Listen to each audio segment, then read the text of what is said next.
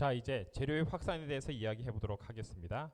자, 우리가 확산이라고 하면은 우선 농도 차에 의한 확산이 가장 많죠. 그래서 농도가 높은 곳에서 낮은 곳, 이건 상대적인데 뭐 얘네가 A랑 B랑 가득 차 있다라고 하더라도 A랑 B가 하더라도 지금 여기에서 넘어갔을 경우에 뭐 B가 아무리 가득 차 있다 하더라도 A가 없으면은 A가 B로 갈 수 있는 환경이 되고, 반대로 여기에서 아무리 A가 가득 차 있다 하더라도 A가 별로 없어요. 그러면 B가 A로 갈 수 있는 환경이 되는 거죠. 이게 바로 농도 차에 의한 것인데, 가장 기본적으로 얘네가 높은 곳에서 낮은 곳으로 운동에 의해서 움직이는 게 확산이 되겠습니다. 그래서 확산이라는 현상 자체는 원자 운동에 의한 물질 전달을 우리가 확산이다라고 이야기할 수가 있겠습니다. 자, 이러한 확산이 나타나는 확산 메커니즘은 기체와 액체의 경우에는 무작위 운동, 랜덤 모션에 의해서 확산이 되고, 고체의 경우에는, 그런데 사실 기체와 액체의 경우에는 우리가 쉽게 볼 수 있죠. 뭔가 그 액체에다가 우리가 잉크를 떨어뜨리면은 잉크가 막 이렇게 퍼져 나가는 거잖아요. 그런 것을 보면서 무작위 운동에 의해서 확산을 볼 수가 있는데, 고체의 경우에는 쉽게 관찰하기는 쉽지 않지만 얘네들도 확산이 있습니다. 어떤 확산이냐면은 공공 또는 침입형 원자에 의한 확산이 되겠습니다. 자, 이게 뭐냐? 그러니까 우리가 공공 침입형 원자라고 하면 뭐죠? 결국엔 결함에 해당이 되죠. 디펙트에 해당이 되는데, 침입을 해서 얘네들이 돌아다니든지 아니면은 빈자리가 있어서 그 자리로 얘네가 끼어 들어가든지, 이런 방식에 의해서 얘네가 어찌 보면 이것도 큰 그림에서 보면은 농도 차에 의한 확산은 맞는데, 이러한 방식으로 해서 얘네가 확산이 일어난다고 이야기할 수가 있겠습니다. 자, 그래서 이제 본격적으로 이야기해 보면은 확산은 크게 상호 확산,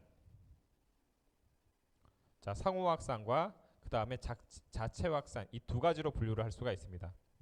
자, 상호 확산의 경우에는 얘네들이 그 얼로이에서 고농도에서 저농도로 원자들이 이동하는 현상, 이것을 우리가 상호 확산이라고 이야기하고요. 그러니까 초기에 예를 들어서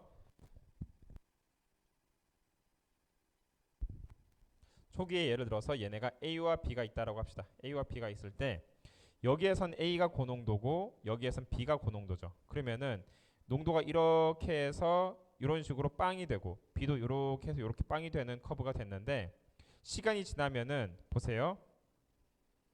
A는 여기가 고농도지만 여기에 저농도기 때문에 1로 움직이게 되고, B도 여기는 고농도지만 저농도기 때문에 1로 움직이게 되죠. 그러면 농도가 이렇게 점점 줄어들긴 하지만은 움직이는 커브를 볼 수 있고, B도 마찬가지로 경계면을 중심으로 해서 얘네가 움직이는 그 경향성을 볼 수 있는데, 이것을 우리가 그 용용체에서 고농도에서 저농도로 원자들이 이동하는 현상을 우리가 상호 확산이다라고 이야기할 수가 있겠습니다.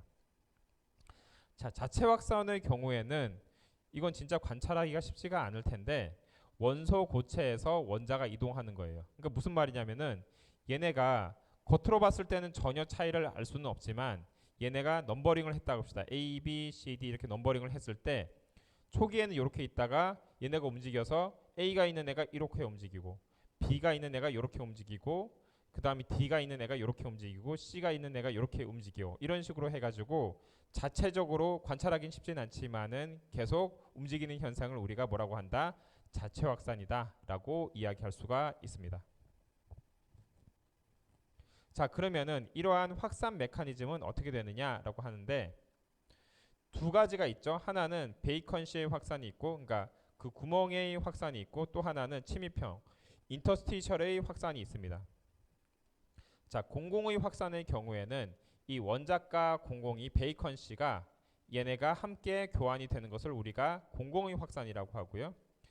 치환형 불순물의 분자에 적용이 될 수가 있는 거죠. 그러니까 예를 들어서 뭐냐면은 지금 우리가 그 앞에서 이야기한 그 상호 확산의 경우가 대표적인 예인데, A와 B가 얼로이가 됐는데 처음에는 이게 클리어 컷처럼 서로가 나뉘어 있다가 시간이 지났을 때 이제 경계가 무너지면서 섞이는 현상을 말하죠. 근데 얘네가 어떻게 섞이냐면은 확산 과정 자체가 이 구멍이 있어서 얘가 일로 움직이고, 그러면 여기가 B겠죠. 그래서 얘가 움직이고 그럼 얘가 B니까 일로 움직이고 이런 식으로 해서 서로가 공공을 중심으로 해서 움직이는 현상을 우리가 공공의 확산이다라고 이야기하고 이게 특별히 치환형 불순물 원자일 경우에 적용이 될 수 있다고 이야기하겠습니다. 자, 이렇게 확산이 될 경우에 이 관련된 인자가 있는데 첫 번째 공공의 수, 두 번째 이 교환하는 데 필요한 활성화 에너지가 되겠습니다. 첫 번째 공공의 수의 경우에는 얘네가 이런 베이컨씨가 얼만큼 많으냐에 대한 이야기가 되겠고, 그러니까 공공이 많으면 많을수록, 그러니까 베이컨씨가 많으면 많을수록 이니셜 이런 식으로 움직임이 쉬워지겠죠. 만약 공공이 적으면 적을수록 최초의 움직임이 어려우니까 어떻게 됩니까? 확산도 느려지게 되겠죠. 그러니까 공공의 수가 적으면 적을수록 확산이 느려지고 공공의 수가 많으면 많을수록 확산이 많아지게 되겠죠. 그리고 또한 교환 활성화 에너지라는 게 있는데 얘네가 이런 식으로 움직이는 게 교환이죠. 교환 과정이죠. 그런데 공공이 생긴다고 해서 이런 식으로 바로 움직이기가 쉬운 건 아니죠. 움직이기가 똑같은 공공이라 하더라도 움직이기가 쉬우면 훨씬 더 확산이 빨리 될 텐데 이 교환하는데 활성화 에너지가 무진장 높다 라고 한다면 얘네가 교환하기가 쉽지가 않게 되겠죠. 그래서 이러한 교환 활성화 에너지가 낮으면 낮을수록 어찌 보면은 쉽게 확산할 것이고 교환 활성화 에너지가 높으면 높을수록 확산하기가 쉽지 않게 되겠죠. 이게 바로 이제 두 개 공공의 수, 그 다음에 교환 활성화 에너지에 의해서 얼만큼 얘네가 쉽게 특히 이제 치환형 substitutional 이제 impurity 그 얼로이의 그 솔리드 솔루션에 적용이 됐을 때 얼만큼 얘네들이 상호간에 확산이 잘 일어나는지를 설명하는 두 가지 요인 공공의 수와 교환 활성화 에너지가 되겠습니다. 자, 두 번째 침입형 확산에 대해서 한번 이야기해 보도록 할게요. 자, 침입형 확산의 경우에는 얘네들이 그 어찌 보면 공공은 이 사이에 이제 구멍이 생기고 그 빈 자리가 생기고 빈 자리로 이제 원자가 이렇게 이동한다라고 한다면 침입형 확산의 경우에는 이 외부에서 이제 작은 원자 예를 들어서 철이 있다라고 하면은 철 사이에 이런 탄소가 굉장히 사이즈가 작으니까 이런 식으로 그 탄소 원자가 이런 식으로 침입하는 게 되겠죠. 침입을 해서 이렇게 확산을 하게 되는 건데 작은 원자들이 큰 사이로 그 원자 사이로 확산을 하기 때문에 이미 공간이 다 확보가 돼 있어서 공공의 수 자체가 의미가 없어요. 왜냐면은 이 공공이 어디나 얘네가 이제 움직일 수 있는 곳에 다 그 공공이 일종의 형성이 돼 있기 때문에 공공의 수라는 벡터 자체가 없어지게 되겠고 교환 활성화 에너지라고 하면은 얘네가 이렇게 큰 놈이 움직이는 것보다는 작은 놈이 이렇게 공공 따라서 움직이는 게 훨씬 쉽게 되겠죠. 그렇기 때문에 공공 확산 대비해서 침입형 확산이 훨씬 더 빠른 이동을 나타낸다고 이야기할 수가 있겠습니다. 자, 그래서 확산 메커니즘이 기본적으로는 디펙트에 의해서 발생하는데 공공에 의해서 확산이 되느냐 아니면 침입형에 의해서 그러니까 인터스티셜에 의해서 확산이 되느냐에 따라서 속도도 다르고 얘네들이 어떻게 형성이 되는지도 다르게 되겠다라고 이해하면 되겠습니다. 자, 이것을 이용을 한 실제 확산 공정에 대해서 한번 이야기를 해보도록 할게요. 크게 이제 두 가지를 예를 들었는데 하나는 하드닝, 또 하나는 반도체 공정이 돼요. 반도체 이제 도핑 공정에 대한 것이 되겠죠. 자, 하드닝의 경우에는 얘네들이 탄소를 철 원자 사이사이로 이제 확산을 시켜서 이제 철의 강도를 강화시키는 경우가 되겠습니다. 원래 있는 철이 있는데 철 자체는 메탈이기 때문에 무르단 말이에요. 순철의 경우에 무릅니다. 그런데 이 사이에 탄소를 사이사이로 이제 넣었을 경우에는 이 무른 철 사이에 이렇게 탄소를 넣음에 의해서 경화되는 현상이 나타나죠. 그러니까 굉장히 딱딱해지죠. 딱딱해지다 보니까 철이 순철인 그 아이런보다는 강도가 훨씬 더 강화되는 현상이 나타나게 됩니다. 그래서 뭔가 마모되지 않기 위해서 뭔가 굉장히 그 강도를 높이기 위해서 우리가 탄소를 철 원자 사이사이로 확산시켜서 얘네들의 강도를 강화시키는 경우가 많다. 우리 이제 철강이라고 하죠. 이러한 경우에 탄소를 넣어서 일반적인 순철보다 얘네들의 강도를 강화시키는 경우가 많고 특히 이러한 경우가 철은 굉장히 다양한 기계 제품에 많이 사용이 되는데 기어 같은 경우에는 계속 우리가 바꾸고 사용하는 데 많이 쓰잖아요. 그러니까 어떻게 됩니까? 마모되기가 되게 쉽겠죠. 마모되기가 쉬운 이런 제품에 얘네가 그 강도가 높은 이러한 경화된 그 탄소로 이제 강도가 강화된 그 재료를 사용해서 이렇게 그 기어를 만들었을 경우에는 훨씬 더 얘네를 오래 사용할 수가 있게 되겠다. 자, 이제 두 번째 그 반도체 도핑 공정에 대해서 이야기를 해보도록 하겠습니다. 자, 반도체의 경우에는 우리가 기본적으로 실리콘을 기반으로 해서 반도체를 만드는데 반도체를 만드는 가장 큰 이유는 자, 반도체는 도체가 있고 부도체가 있어요. 그 사이가 이제 반도체인데 도체는 항상 전기가 흐르는 애들이고 부도체는 전기가 항상 흐르지 않는다. 뭐 전기 전도도를 따지면 굉장히 조금이라고 있다 하지만 보통 이런 애들은 전기가 흐르지 않는다라고 보통 이야기해요. 반도체는 전기가 흐를 수도 있고 안 흐를 수도 있습니다. 왜냐하면은 도체와 부도체 사이의 특성을 가지고 있기 때문이죠. 그래서 반도체가 왜 각광을 받냐면은 우리가 항상 전기를 흐른다든지 항상 전기를 흐르지 않으면은 얘네가 우리가 이제 제어를 할 수가 없어요. 왜냐면은 우리가 원하는 것은 신호를 줬다 안 줬다 해서 제어를 하기를 원하는데 만약 도체처럼 항상 전기가 흐르기만 하거나 부도체처럼 전기가 항상 안 흐르기만 한다면은 우리가 줬다 뺐다 하는 것을 컨트롤을 못하기 때문이죠. 그런 거에 반해서 반도체의 경우에는 얘네가 우리가 어떻게 컨트롤하냐에 따라서 얘네가 전기가 흐르게 할 수도 있고 전기가 흐르지 않게 할 수도 있고 우리가 신호를 줬다 뺐다를 우리가 잘 조절을 할 수가 있죠. 그러니까 조절을 할 수 있기 때문에 우리가 얘네를 쓸 수가 있는 거예요. 우리가 메모리를 쓰든지 제어를 하는 데 쓰든지 조정을 하는 데 쓰든지 하는 것을 그 디바이스를 만들 때 반도체를 쓰는 이유는 우리가 다음과 같이 조절과 제어를 할 수 있기 때문입니다. 자, 그렇다면은 이러한 반도체 공정에서 얘네들을 어떻게 만들 것이냐라고 한다면 실리콘 자체는 얘네들이 반도체성 특징을 가지고 있기 때문에 거의 일반적으로 그 도체에 비해서는 굉장히 전도도가 낮다라고 이야기합니다. 그래서 우리가 뭔가 실리콘에서 일정 부분은 그 전도성을 높여야 된다라고 했을 경우에는 일반적인 실리콘을 사용하기는 좀 어렵고 얘네들을 외부에서 이런 인과 같은 또는 보론과 같은 애들을 이용을 하여서 도핑을 하게 됩니다. 도핑을 하게 된다는 게 실리콘에다가 외부에 있는 전자를 과량으로 더해주든지 아니면 전자를 제거해주든지 해서 어떤 캐리어를 발생시키게 만드는 행위를 이야기하는데 여기서 이제 인과 같은 애들을 표면에 증착시키고 얘를 실리콘을 그 도핑을 했을 경우에는 도핑된 실리콘의 경우에 일반 실리콘 대비 굉장히 전도도가 높게 되겠습니다. 그런데 이러한 도핑 과정은 그냥 일어나는 것이 아니라 다음과 같은 확산 공정에 의해서 발생하는데 우선 인을 실리콘 위에 이렇게 증착을 하고 얘를 가열시키면은 이 가열시켜서 에너지를 가해줬기 때문에 인 원자가 이동을 하여서 실리콘에 이렇게 도핑을 하게 됩니다. 실리콘 표면 위에 다음과 같이 이렇게 도핑을 하게 돼요. 그러면은 얘네들이 어떻게 됩니까? 도핑된 실리콘이 형성이 되는 거죠. 도핑된 반도체가 제작이 되는 거죠.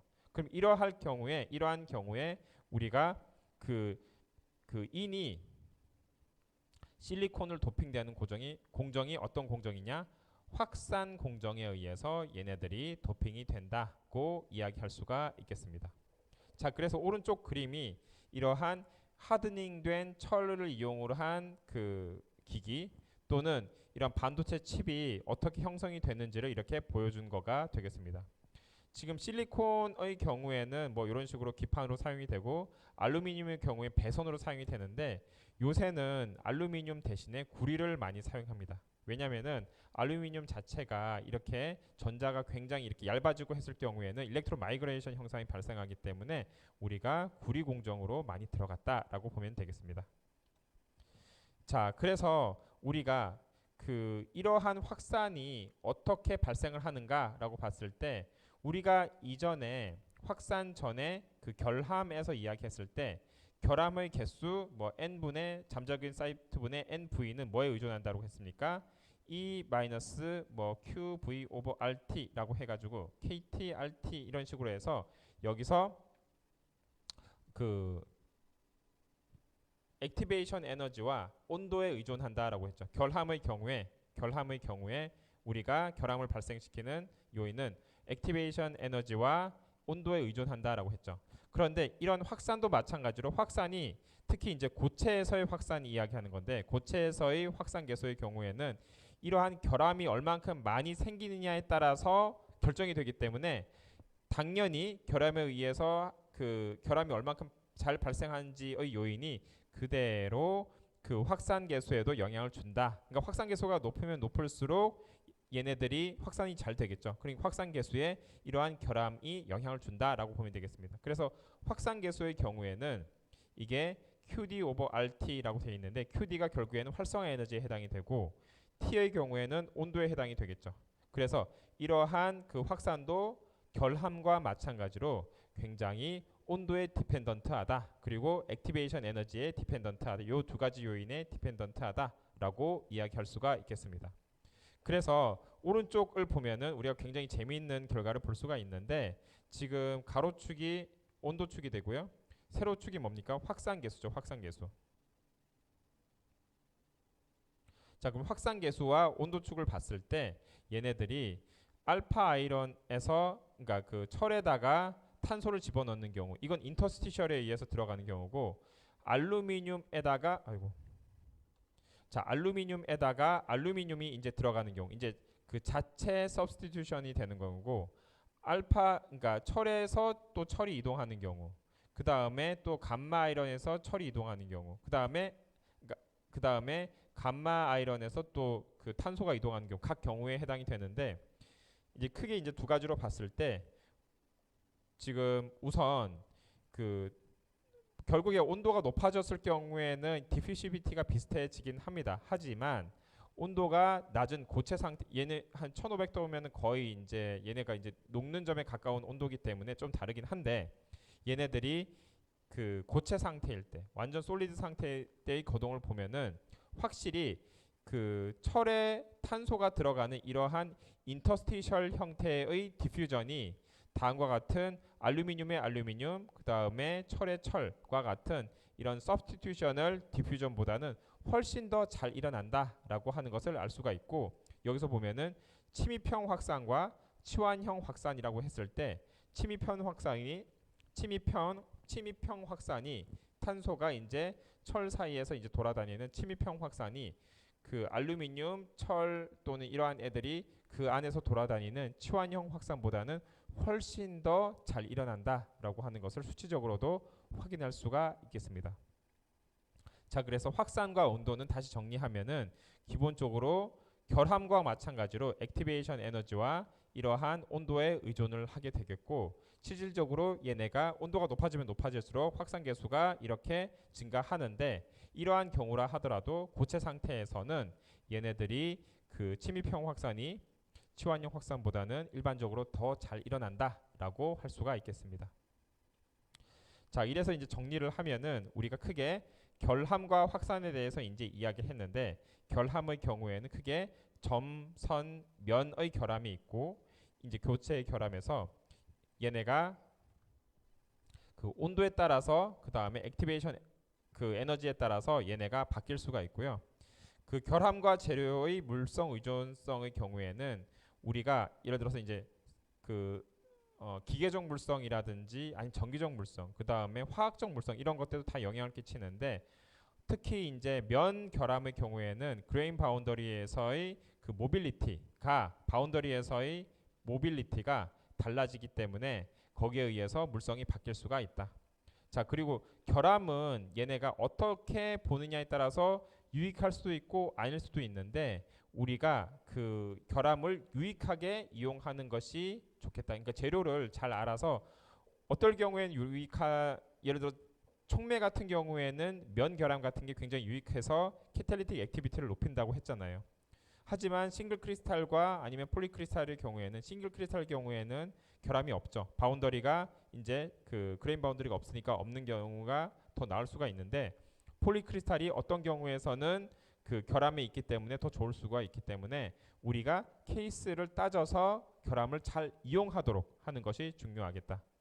그리고 이제 우리가 결함을 기반으로 해서 확산을 이야기할 때 확산 속도라는 게 있는 확산 이제 메커니즘이 있는데 확산 속도의 경우에는 특별히 얘네가 어떤 결정 구조를 갖느냐 그리고 얘네들이 그 어떤 그 메커니즘에 의해서 이동하느냐 예를 들어서 뭐 인터스티셜에 의해서 이동하느냐 아니면 베이컨시에 의해서 이동하느냐 온도가 어떠느냐 아니면 액티베이션 에너지가 어떠느냐 이러한 요인들이 다 함께 영향을 끼치고 그리고 특별히 이제 고체에서의 확산의 경우에는 액체와 기체와 달리 결함에 의해서 얘네가 움직이기 때문에 결함에서 우리가 이야기했던 온도 그 다음에 액티베이션 에너지 텀이 그대로 확산에도 적용이 될 수 있다고 이야기할 수가 있겠습니다. 자 여기까지 해서 우리가 그 확산에 대해서 마치도록 하겠습니다.